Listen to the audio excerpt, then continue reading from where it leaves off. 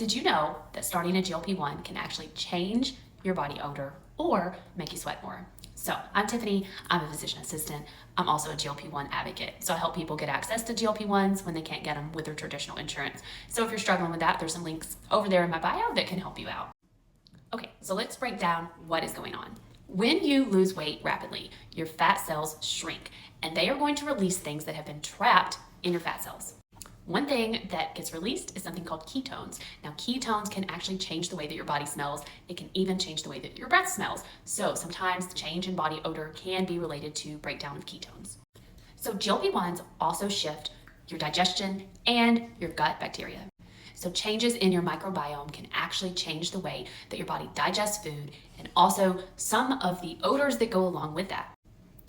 So the way that we smell, a lot of the times, does depend on the bacteria that lives on your skin and in your body. So anytime that shifts around, that might potentially change the way that you smell.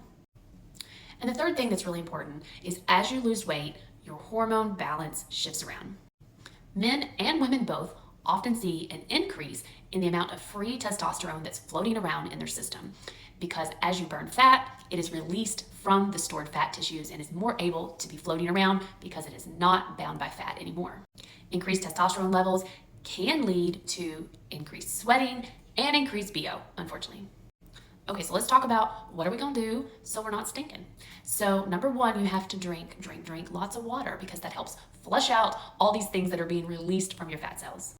You do want to try to add fiber to your diet, but you want to go low and slow because if you all of a sudden start piling fiber in there, it could lead to a very gassy situation, which is not going to help the BO or the odor just in general.